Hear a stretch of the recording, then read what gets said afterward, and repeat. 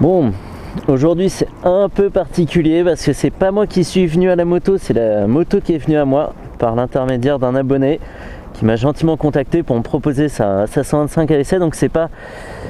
Alors comme ça, vu comme ça, on dirait pas que c'est particulier hein, comme moto, mais elles sont très dures à trouver à l'essai, les Brixton. En général, celles qui sont reçues par les concessionnaires sont celles qu'ils avaient commandées pour les clients, donc il y a peu de modèles à l'essai. Celle-ci c'est une BX125R, donc la version café racer de la BX125 avec donc un capot de selle à l'arrière. Dessous c'est la selle plate qui continue, hein. On peut s'en servir avec un passager, hein. Il y a même des cale-pieds. Et donc j'ai eu beaucoup de chance, hein. Je remercie Roman qui m'a prêté sa moto, qui m'a fait confiance. Et donc qu'est-ce qu'on trouve sur cette moto qui paraît déjà hyper bien équipée, hein. Elle coûte 100 € de plus que la version de base, elle est à 2700 €. Et on dirait qu'on a déjà émis une cargaison d'équipements dessus, c'est assez impressionnant. Donc il y a un pot style mégaphone, hein, même s'il n'est pas largement ouvert derrière, hein. Faut respecter les normes anti-bruit quand même. Anti-bruit, ça se dit ça? Je sais pas. Alors que les mégaphones classiques ont vraiment toute cette ouverture, mais alors là avec les flics ça devient compliqué.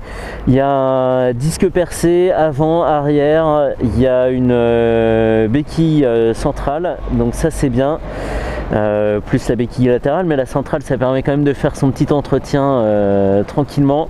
Il y a un garde-boue chromé à l'avant qui paraît vraiment venir d'un catalogue d'accessoires, donc c'est franchement top.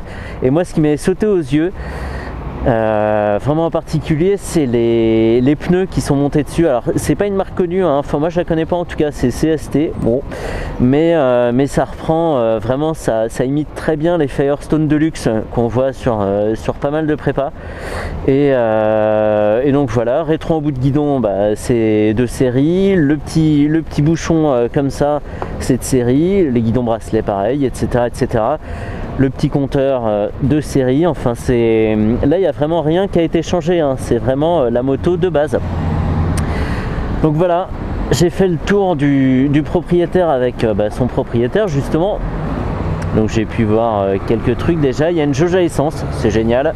Il y a un totaliseur, la vitesse écrit en petit ici sur l'affichage et le compte-tour en gros au-dessus, un peu comme un compteur de Harley en fait si on veut.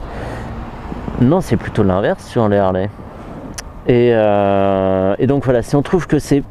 non, on peut pas refermer l'angle des guidons bracelets. Je pensais qu'on pouvait faire une position un peu plus radicale, mais en fait, si on regarde là, on sera déjà trop près. On est au maximum du maximum, mais c'est bien.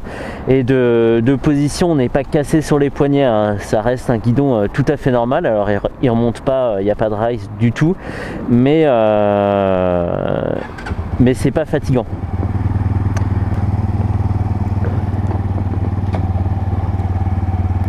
Donc par rapport à la mâche, elle est un tout petit peu plus lourde, hein. Elle fait une quinzaine de kilos de plus. Elle fait 133 kg pour 11 chevaux et demi, donc même puissance. Salut la mâche, ça va?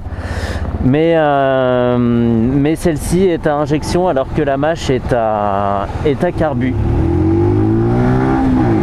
Donc à puissance donnée, hein, si la puissance est équivalente, on peut remarquer des fois, hein, c'est pas le cas sur tous les moteurs, mais on peut remarquer un petit manque de pêche pour l'injection.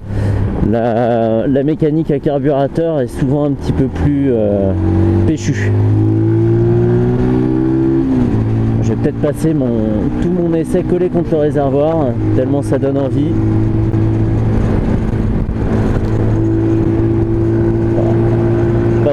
Faut pas trop se prendre au jeu non plus, hein. On a que 11 chevaux et demi. Alors il est marrant le commutateur de clignotant parce qu'il n'y a pas de position centrale en fait pour l'arrêter. On le met à gauche ou à droite et au milieu quand on veut pas de clignot. Oui, je vais doubler par à droite, oui. Un petit 107 c'est pas mal. Je vais pas rester sur l'autoroute très longtemps, je veux juste surtout voir ce qu'elle vaut en ville. Oh, le freinage, punaise. Roman m'avait prévenu, mais ça a mort instantanément. Ça, plus les gommes qui sont de bonne qualité, d'après lui.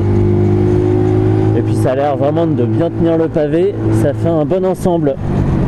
Bon pneu, bon frein, même l'arrière mort. On est vraiment poussé sur l'avant là pour le coup. Voilà. Voilà, il y a du soleil aujourd'hui, mais j'ai plus l'habitude moi. Donc voilà, pas de vibration, hein, même si c'est comme sur la Mach d'origine, un pignon de sortie de boîte en 13 dents, j'ai pas ressenti de vibration ni dans les cale-pieds, ni dans la selle, et pas dans les mains non plus, donc c'est bien pour enchaîner les kilomètres, c'est quand même important, même si on est rarement très longtemps à des vitesses élevées. C'est quand même bien de ne pas avoir cette fatigue là au moins. Ouais, le bruit est quand même pas mal. Un petit peu d'huile pour voir à quel point elle est agile. Ça risque d'être assez rapide hein, déjà parce que là on est vraiment sur de la pure ville, on peut pas s'amuser sur des routes de campagne, c'est bien dommage, mais voilà, le but c'était surtout de voir si tout l'ensemble tenait la route. Brixton, ça dépend d'une entité, d'un groupe autrichien qui a lancé ça en 2015, non 2017 les motos et 2015 le groupe. Et après, il faudra surveiller. Alors, on n'a pas beaucoup de recul sur la façon dont ça vieillit, mais bon, je pense que ça va être les points classiques, comme sur Mach et compagnie. C'est l'électricité, la visserie qui rouille, les choses comme ça. Ça va, le moteur est assez volontaire, sans se soucier du rapport engagé. Il y a toujours de quoi. Quand on tourne la poignée.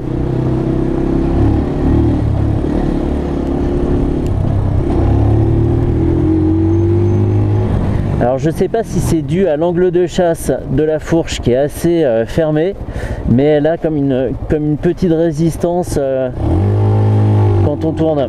C'est assez bizarre comme sensation.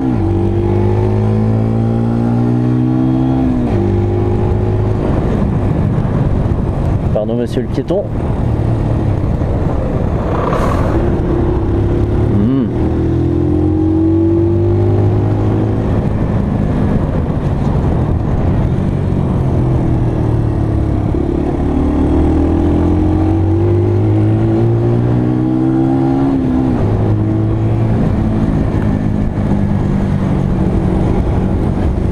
Allez, le cul collé derrière. Ouais, la position est pas évidente, peut-être parce que si on cherche à s'aplatir sur la moto, peut-être que les poignées pour gagner en confort ont été mises un peu trop hautes, et en même temps il faut bien s'adapter à un maximum de public, mais naturellement c'est pas c'est pas très naturel d'être sur le réservoir, alors qu'il y a d'autres motos où ça semble complètement pensé pour.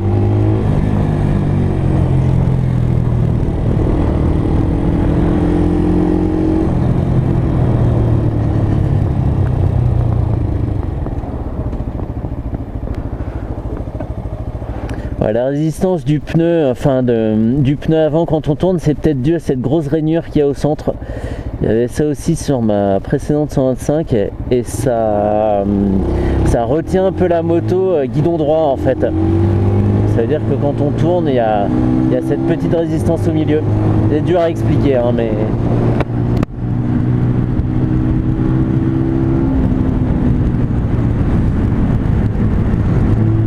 Faut presque regarder son compteur, faut être attentif parce que là j'étais à plus de 60 déjà.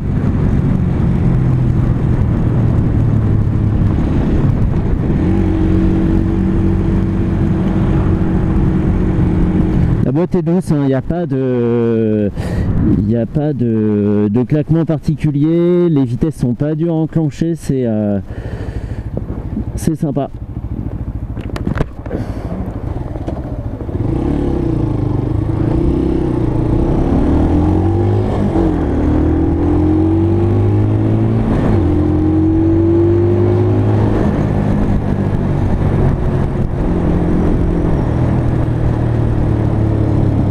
Celle-ci a 1700 km et il n'y a pas de grincement, de bruit parasite en particulier, donc c'est plutôt bon signe.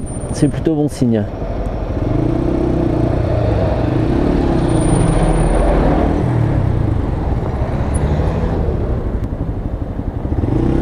En ville c'est suffisant, hein, faire un bon démarrage ou se dégager d'une situation.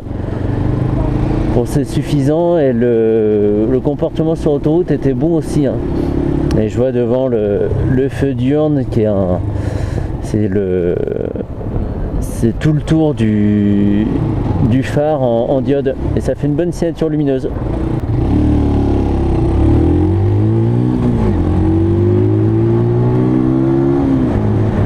Non, je vais pas faire ça, je vais faire ça.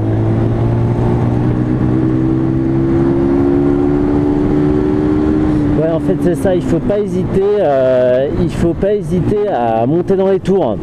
C'est dommage que je vienne de le découvrir parce que sinon je l'aurais un peu plus cravaché que ça, en respectant la mécanique évidemment. Mais en plus il me l'avait dit qu'elle se réveillait vers 5-6 000 et moi je le découvre que maintenant. C'est ça, c'est exactement ça. Elle semble vraiment se réveiller. Il y a des motos qui ont un comportement complètement linéaire, hein, peu importe le régime. Et celle-ci, c'est pas le cas. Elle se met vraiment à vivre à ce régime-là. Mais j'aurais pas eu l'occasion de le tester, mais c'est pas grave. Donc, conseil pour la Brixton, ne pas hésiter à la cravacher. Faut monter dans les tours, quoi. La réponse à la poignée d'accélérateur est bonne, hein. On n'a pas beaucoup de courses mortes et il y a un bon feeling, il y a une bonne résistance à la poignée, ça j'aime bien. Bon, après ça va être fini, hein. Je vais aller à gauche, je vais remonter sur le pont et ça sera terminé. Bon, tout cet essai, j'ai eu la pression pour pas la faire tomber. C'est pire qu'une moto de concessionnaire. Et là il y a vraiment quelqu'un au bout qui attend que sa moto revienne, donc c'est... Et encore merci à Roman de m'avoir fait confiance, c'est toujours sympa. Hop là, freinage, bon.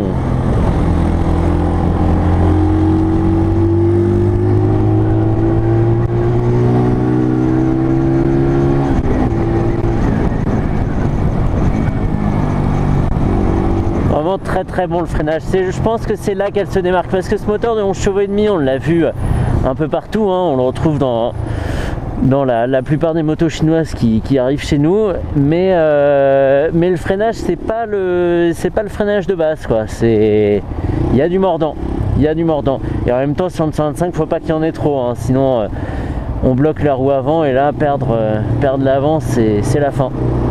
Donc un bon équilibre.